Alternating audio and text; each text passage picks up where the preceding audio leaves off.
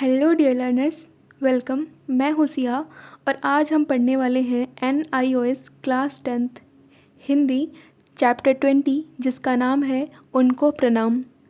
Already हम NIOS class 10th की हिंदी के बहुत सारे चैप्टर्स कंप्लीट कर चुके हैं और आज हम फाइनली इस चैप्टर पे पहुँचे हैं जिसका नाम है उनको प्रणाम। ये एक कविता है। आज इसी एक चैप्टर में हम इसको पूरा कंप्लीट कर लेंगे, ठीक है। ऐसे ही मैं आपके लिए वन शॉट वीडियोस लाती हूँ, एक ही वीडियो में पूरा चैप्टर कंप्लीट करती हूँ और NCERT की जो टेक्स्ट बुक है वहीं से मैं सारे टॉपिक्स को और वहीं से मैं सारे लाइंस को लेती हूँ। कोई भी मैं बाहर से नहीं पढ़ाती हूँ, आपकी बुक से ही है, आपके बुक का ही है। तो चलिए स्टार्ट करते हैं हम इस चैप्टर को। उनको प्रणाम चैप्टर का ये इंट्रो है। सबसे पहले हम इसको देखते हैं। इसमें ये होगा कि पूरे चैप्टर का जिस बारे में पूरा चैप्टर है इंट्रो में वही होगा, ठीक है। चलिए पढ़ते हैं इसको, ठीक है। इस कविता में कवि ने उन लोगों के प्रति आदर और सम्मान का भाव प्रकट किया है जिन्होंने अपने जीवन में साहस और वीरता, उत्साह, परिश्रम, निष्ठा और ईमानदारी के साथ संघर्ष तो किया, लेकिन संसाधनों के अभाव के प्रतिकूल परिस्थितियों के कारण अपने लक्ष्य को प्राप्त नहीं कर सके। कविता को दृष्टि में असफलता से अधिक महत्वपूर्ण किसी उद्देश्य के लिए किए गए प्रयासों का है। इस भाव को व्यक्त करने के लिए कवि ने योद्धाओं, नाविकों, पर्वतारोहियों, क्रांतिकारियों आदि के उदाहरण दिए हैं। इन क्षेत्र में कामयाबी पाने वाले लोगों के नाम दुनिया जानती है, लेकिन इन कामों को शुरू करने वाले और आगे बढ़ाने वाले लाखों ऐसे लोग थे जो गुमनाम रह गए। कवि ऐसे लोगों को आदर और सम्मान करते हुए उन्हें बार बार प्रणाम करता है। कवि ने जिस बारे में कविता लिखा है वो ये बताते हैं कि बहुत सारे ऐसे लोग हैं जिन्होंने बहुत कुछ किया है हमारे लिए, लेकिन उनका नाम कहीं पे भी नहीं है। उनका नाम एक गुमनामी में हो गया है, ठीक है। जिस चीज़ को स्टार्ट किया उन्होंने, जिस चीज़ की खोज की उन्होंने, उनका नाम कोई नहीं जानता, लेकिन उस चीज़ को कोई एक बहुत अच्छा उसमें कर ले रहा है, उसका नाम तो सभी जानते हैं। कहने का मतलब है जो सक्सेसफुल हो जाता है उसको सभी लोग जानते हैं, लेकिन जिन्होंने मेहनत तो किया, बहुत ज़्यादा मेहनत किया, लेकिन किसी कारणवश वो सफलता को प्राप्त नहीं कर सके, उनका नाम कोई नहीं जानता, उनके परिश्रम को कोई नहीं देखता, उसके बारे में कोई जानना नहीं चाहता, ना ही उनका नाम कोई जानता है। तो कवि उनको प्रणाम करते हैं, कहते हैं कि उन्होंने काम तो किया ना, उन्होंने कोशिश तो की ना, तो इसलिए कवि उनको बारंबार प्रणाम करते हैं। तो इंट्रोडक्शन में यही है और इसी के बारे में हम पूरा चैप्टर पढ़ने वाले हैं। तो चलिए सबसे पहले कविता पढ़ेंगे और फिर कविता का अर्थ पढ़ेंगे। कविता में पहले दे रखा है उनको प्रणाम। स्टार्टिंग कहाँ से होता है? स्टार्टिंग होता है यहाँ से, उनको प्रणाम जो नहीं हो सके पूर्ण काम में उनको प्रणाम करता हूँ। फिर से पढ़ती हूँ। उनको प्रणाम जो नहीं हो सके पूर्ण काम, मैं उनको प्रणाम करता हूँ। कवि कहते हैं ऐसे काम जो कभी पूरा नहीं हो सके, मैं उनको प्रणाम करता हूँ। नेक्स्ट है, कुछ कुंठित थी कुछ लक्ष्य भ्रष्ट, जिनके अभिमंत्रित तीर हुए, रन की समाप्ति के पहले ही जो वीर रिक्त तुनीर हुए, उनको प्रणाम। इसको भी पढ़ते हैं, ये भी इसी का पार्ट है, फिर इसका अर्थ पढ़ेंगे। जो छोटी सी नया लेकर उतरे करने को उद्धति पार, मन की मन में ही रही स्वयं हो रहे उसमें निराकार, उनको प्रणाम। यहाँ पहले कवि क्या कहते हैं? कवि कहते हैं कि ऐसे काम जो कभी पूरा नहीं हो सके उनको प्रणाम करता हूँ। फिर यहाँ पे इस लाइन में कवि ने बोला है, इस वाले में कवि ने बोला है कि जो रण में मतलब कि रणभूमि में जहाँ पे युद्ध लड़ने के लिए जाते हैं ना, वहाँ की बात उन्होंने की है। पहले वाला नहीं था, यहाँ पे एक पहले वाला है, यहाँ पे दूसरा है। पहले यहाँ इसको हम पढ़ते हैं। यहाँ पे कहा गया है क्या कि कविता के आरंभिक में दो अंशों में कवि ने दो तरह के लोगों का उल्लेख किया है। एक तो वो जो रण क्षेत्र में पूरी तैयारी और साहस से जाते हैं, पर युद्ध समाप्त होने से पहले ही साधनहीन हो जाते हैं। यहाँ पे ऐसे व्यक्ति का नाम लिया गया है जो रण क्षेत्र में पूरी तैयारी के साथ जाते हैं, लेकिन युद्ध समाप्त होने के पहले ही साधनहीन हो जाना, मतलब कि उनके जो तीर हैं, बाण वगैरह होते हैं ना, तीर भाला बर्छी ये सब लेके युद्ध करने के लिए जाते हैं, तो ये सारे साधन उनके ख़त्म हो जाते हैं। ठीक है, कवि उनको भी प्रणाम करते हैं क्योंकि वो भी तो कोशिश किया ना उन्होंने भी। ठीक है, तो ये हो गया कंप्लीट। अब इसको पढ़ते हैं। इसमें है, जो छोटी सी नया लेकर करने उतरे करने को उदधि पार, मन की मन में ही रही स्वयं हो गए उसमें निराकार, उनको प्रणाम।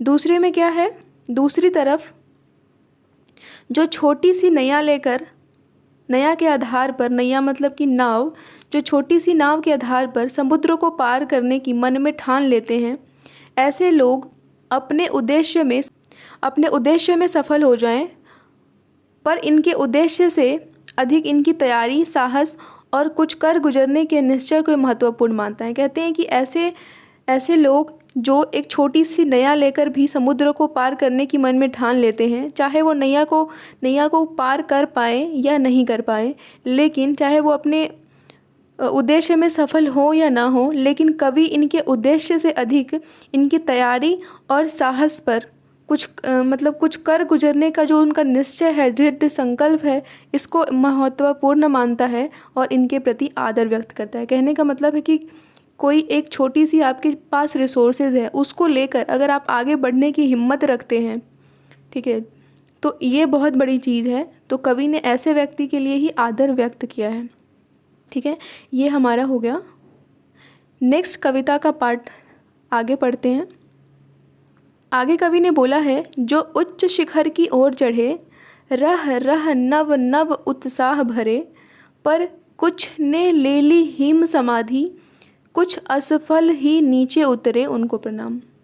यहाँ पे शिखर चढ़ने की बात हो रही है। कहते हैं कि जो उच्च शिखर की ओर चढ़े, जो शिखर मतलब कि माउंटेन की तरफ, ठीक है, उस तरफ चढ़ने की लोग कोशिश कर रहे हैं, उनके मन में रह कर मतलब कि क्षण क्षण पल पल उनके मन में एक उत्साह भर रहा है।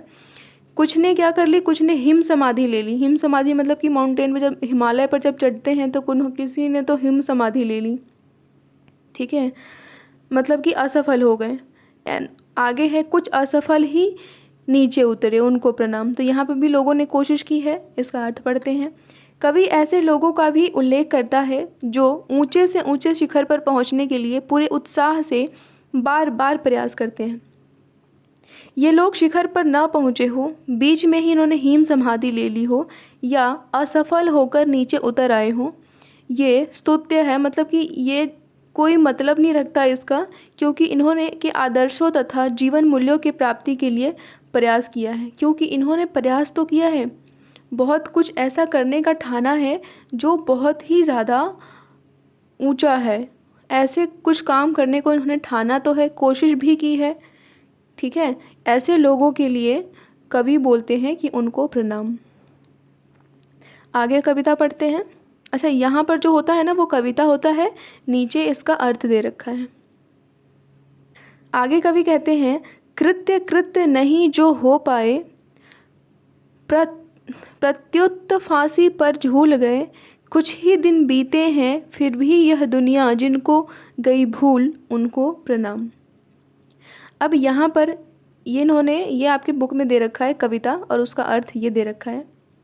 तो इसका अर्थ पढ़ते हैं कि ऐसे भी देशभक्त हुए हैं जिन्होंने देश को स्वतंत्र कराने के लिए अपने प्राणों की बाजी लगा दी। ये आज़ादी का सुख नहीं ले पाए, लेकिन इनके संघर्ष और बलिदान से आज हमें आज़ादी मिली है, और आज हम सुख जो उठा पा रहे हैं ये उन्हीं के संघर्ष और बलिदान के कारण है। और यह विडंबना है कि इन लोगों को हम भूल गए हैं।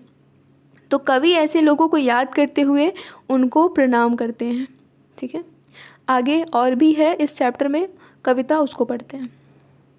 फिर आगे बोलते हैं कवि, दृढ़ व्रत और दुर्गम साहस के जो, यहाँ पे दुर्दम नहीं है दुर्गम है, दृढ़ व्रत और दुर्गम साहस के जो उदाहरण थे मूर्तिमत, पर निरवधि बंदी जीवन ने जिनकी धुन का कर दिया अंत, उनको प्रणाम। कहते हैं कि ऐसे लोग, ये इसका अर्थ है, ऐसे लोग में वो भी आते हैं जिन्होंने अपना पूरा जीवन कारागार में बिता दिया। ठीक है। कारागार में, ये तब की बात हो रही है अभी पिछला वाला जो हमने पढ़ा था कविता, इसके अभी पीछे जो हम पढ़ के आए हैं अभी जस्ट, उसमें भी तो यही था ना कि अपने प्राणों की बलिदान दे दिया उन्होंने अपने देश के लिए। ये भी उसी से रिलेटेड है कि ऐसे लोगों में वो भी आते हैं जिन्होंने अपना पूरा जीवन कारागार में बिता दिया। निरंतर जूझते रहने वाले लोगों की स्वाधीनता प्राप्ति की धुन का अंत करने के लिए इन्हें हमेशा के लिए बंदी बना लिया गया। मतलब कि जब तक जिंदा रहे वो, तब तक वो बंदी बने के रहे। क्यों? क्योंकि अपना स्वाधीनता प्राप्ति की धुन थी, उनकी लड़ाई थी। ठीक है, तो ये हो गया, इनको भी कवि प्रणाम करते हैं।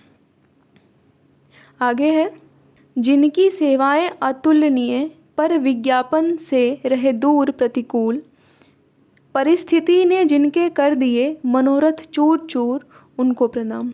और ये जो कविता नागार्जुन ने लिखा है, ये प्लीज़ आप याद रखिएगा, I request you, please please please याद रखिएगा कि उनको प्रणाम कविता किसने लिखा है। उनको प्रणाम कविता नागार्जुन ने लिखा है।